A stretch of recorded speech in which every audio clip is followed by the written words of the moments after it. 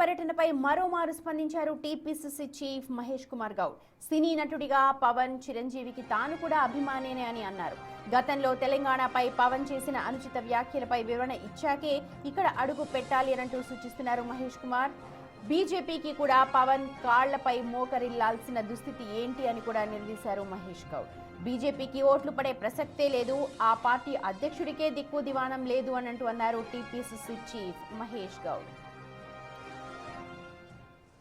మిత్రులారా, పవన్ కళ్యాణ్ గతంలో తెలంగాణ గురించి చేసినటువంటి అనుచిత వ్యాఖ్యలు నేను అనుకోవట్లేదు తెలంగాణ ప్రజలు మర్చిపోయినారని. ఒక సినిమా నటుడిగా పవన్ కళ్యాణ్ని మేము ఆదరిస్తాము. చిరంజీవి గారి అభిమాని నేను. కానీ వారు అనుచితంగా తెలంగాణ గురించి మాట్లాడారు కాబట్టి వారు తెలంగాణలో ప్రచారం చేసే ముందు దాని మీద వివరణ ఇవ్వాలి ఫస్ట్.